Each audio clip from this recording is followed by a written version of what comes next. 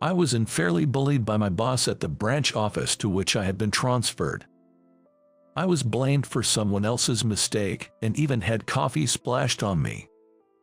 But then, a change came my way. After finishing the review of the last document I had written, I stretched my arms wide. All right, that's a wrap for today. Looking around the floor, I noticed that half of the employees had already left for the day. Time to head home myself, I guess. I finished my cold coffee and stood up from my desk. My name is Kevin. I work at the headquarters of a well-known major corporation.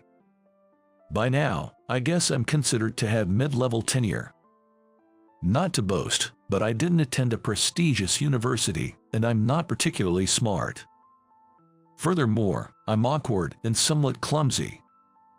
That's why I've always been meticulous and worked harder than anyone else, paying attention to even the smallest tasks. Thanks to this, I've become the most successful among my peers. I've never really seen myself that way. I just focused on completing the work given to me, tackling each task day by day. In my personal life, I have a girlfriend with whom I'm considering marriage. My girlfriend, Emily, is like me in that she doesn't stand out much, but she's earnest and hardworking. Perhaps because we're so similar, being together has always felt right.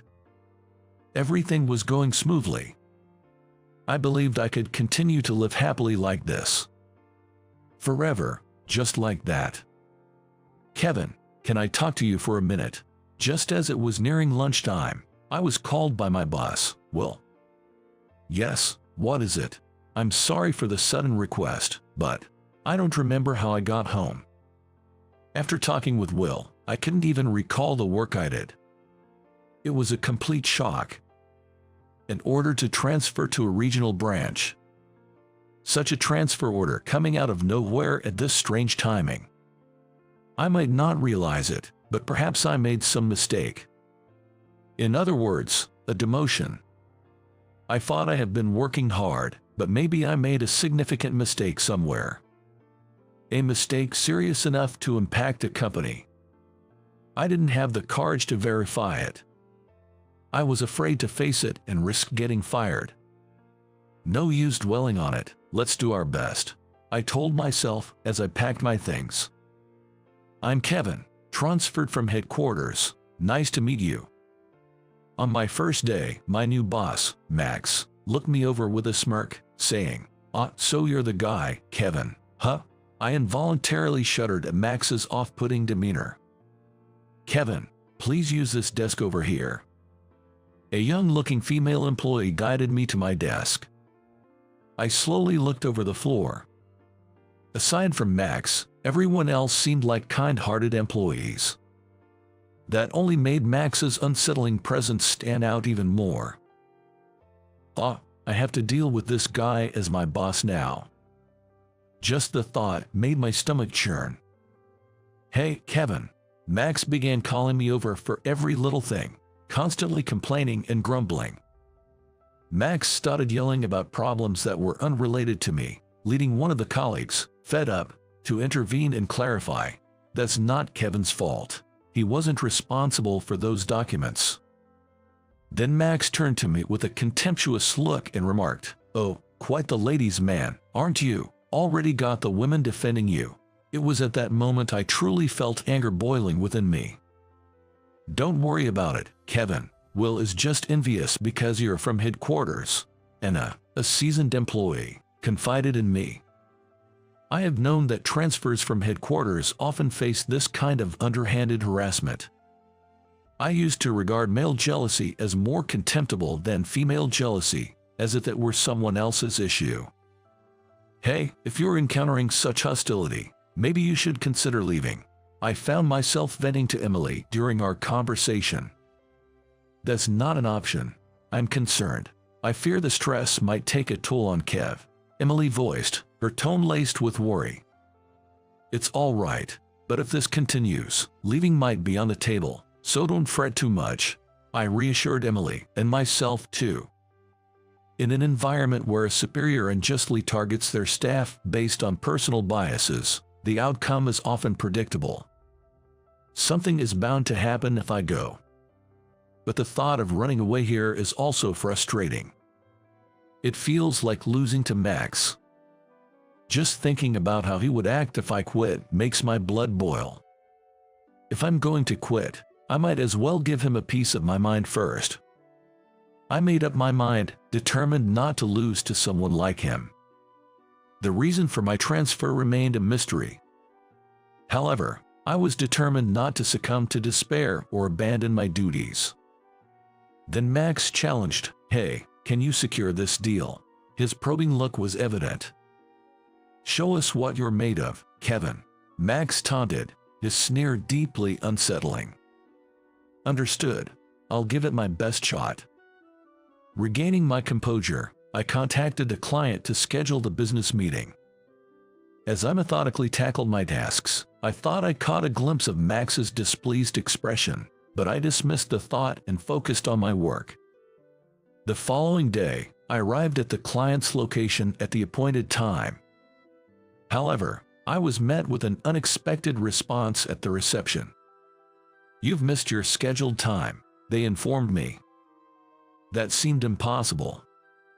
Despite my insistence, I was told they had another engagement and couldn't meet with me, forcing me to return to the office. Throughout the return journey, I continuously checked my planner. Certainly on time for the appointment. Why? Could I have misunderstood? No, it's not. I checked and they checked too. Where did I go wrong? The source of the error remained elusive. Back at the office, bewildered, I had to face the reality that the deal had fallen through. Reporting this was inevitable. Upon my arrival, Max inquired, "You sealed the deal, of course." His tone, dripping with sarcasm, made me pause, but I knew concealing the truth was futile. The issue was, as I recounted the events, Max's reprimand was disproportionately loud. "Big talk, yet you botched the timing. Such an error is inexcusable for someone not new to this. Do you think you can afford to slack off just because this is a branch office?" Max's harsh scolding halted everyone in the office in their tracks. "No, I didn't get the time wrong," I started to say when suddenly, he threw the coffee from his cup at me. Still talking back, "Huh, you think you can mock me?" Max stood up, looking like he was about to grab me. Just then, sorry to interrupt, but an elderly man entered. I had no idea at that moment that this man would come to my rescue. As I wiped myself off with a towel that Anna quickly brought me, I listened to the man's words. "Here's my business card," he said. I glanced at the business card he handed to Max. Max's attitude changed instantly. He turned pale. The man came over to me and said with a kind smile, "Nice to meet you. I'm Abel. You must be Kevin." I clasped his hand and apologized. "I'm terribly sorry for the inconvenience caused by my tardiness today. It was truly inexcusable."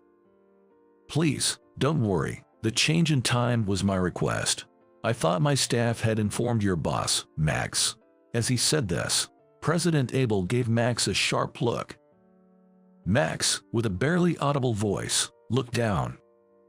"Kevin, I've been aware of your work since you were at the headquarters. I always thought of you as someone who makes sure to communicate even the smallest changes, a person capable of detailed negotiations. I was looking forward to meeting you when I heard you would be handling this," he said with a warm smile. I felt a bit embarrassed.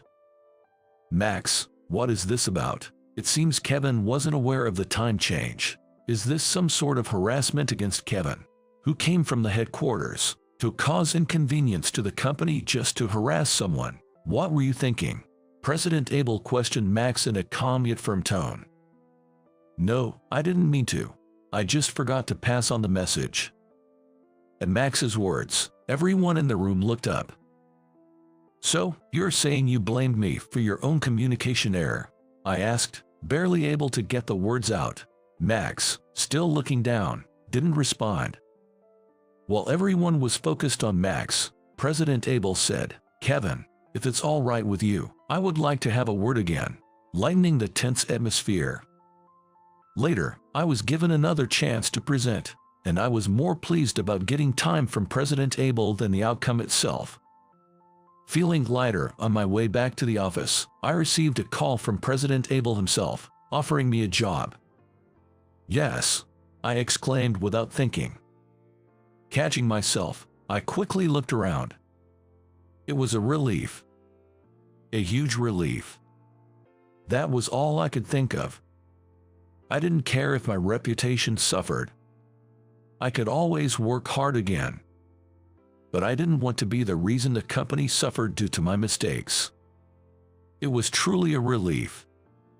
I need to get back to the office quickly and report this. Trying to contain my excitement, I hurried back to the company. The deal is closed, I announced. Applause broke out. Congratulations. That's great. I was greeted with congratulatory messages from everyone. Then, I realized Max wasn't at his desk. Where's Max? Everyone exchanged glances. He's been demoted, transferred to a remote location, someone informed me.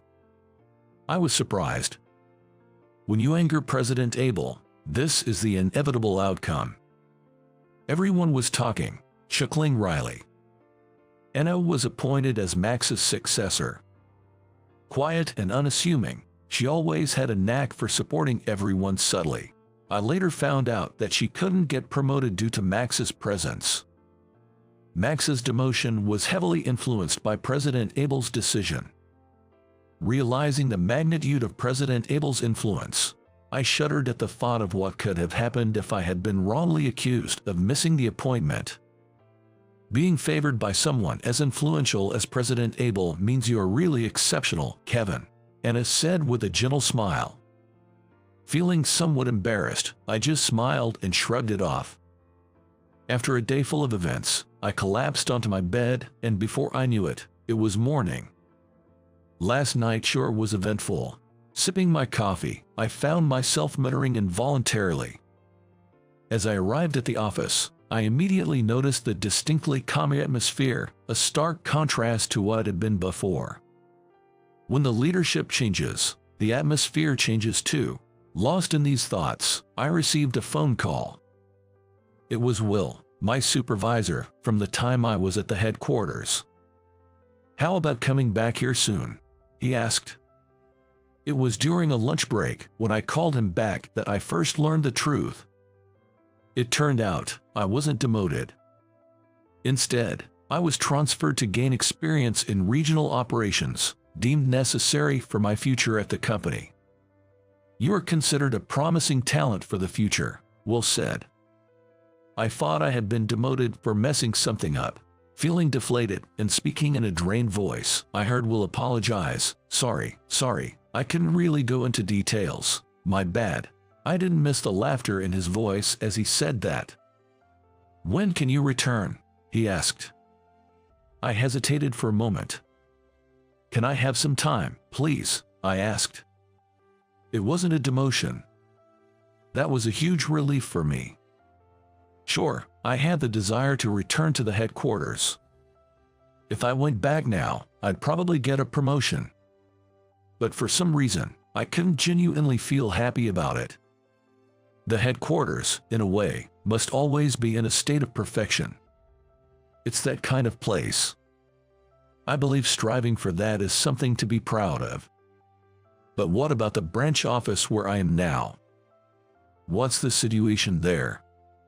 With someone as incompetent as Max at the helm, I couldn't help but wonder if this branch was in a worse state than others. What was its current state?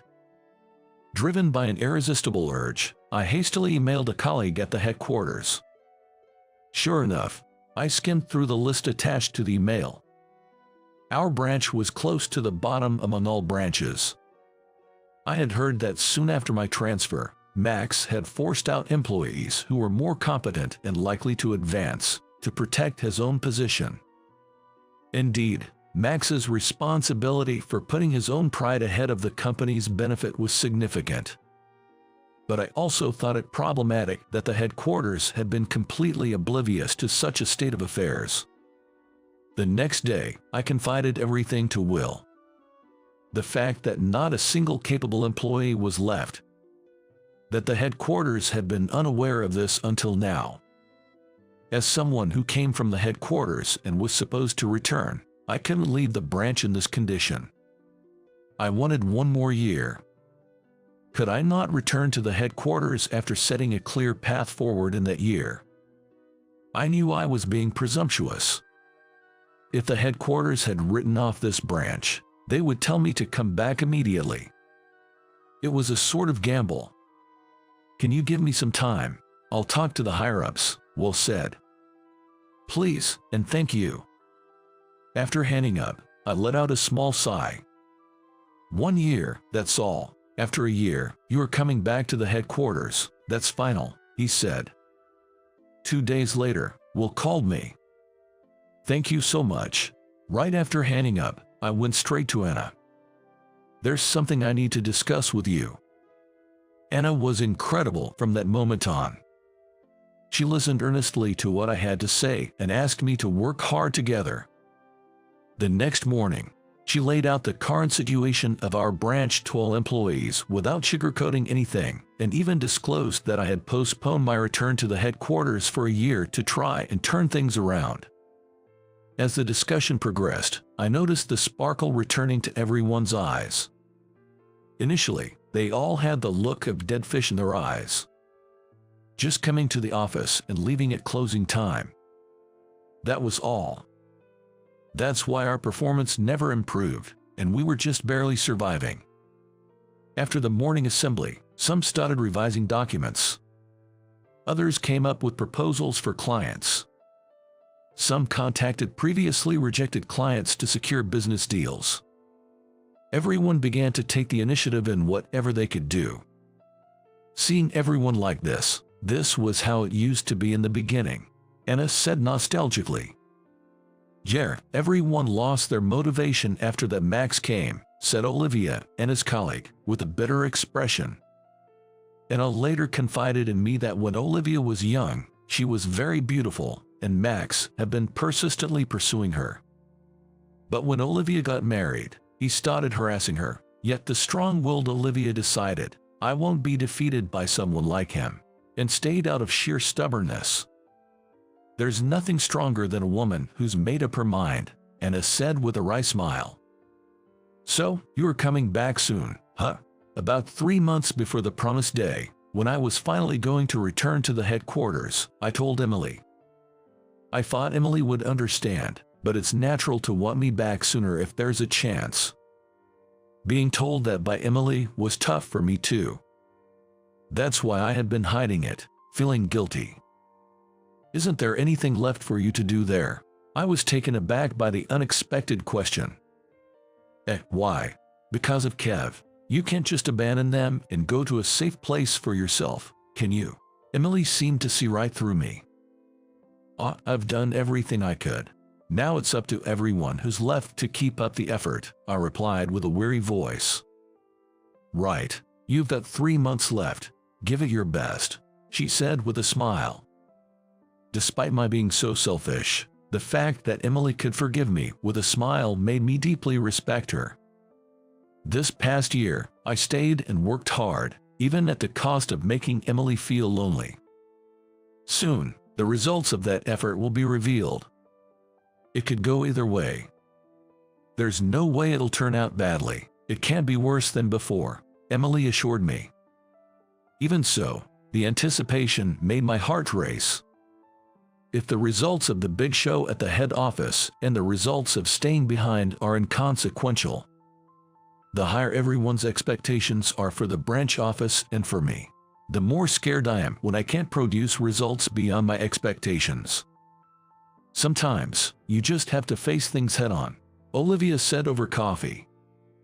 Reflecting on the phrase, "a determined woman is strong," I feel its truth more deeply than ever. Seeing this, Olivia grins at me, catching my involuntary wry smile. At exactly noon, the report card is sent out. Everyone present watches in utter silence, as if they've forgotten to breathe. Did we do it? No way, that's amazing. The employees begin to exclaim one after another. Looking at the report card handed to us, our branch had achieved the top sales nationwide. Olivia, nicknamed the Iron Lady, had tears in her eyes. And it quietly says, "We owe all our achievements to you, Kevin. Thank you so much." And everybody applauded. I couldn't find the words, pretending not to notice my vision blurring.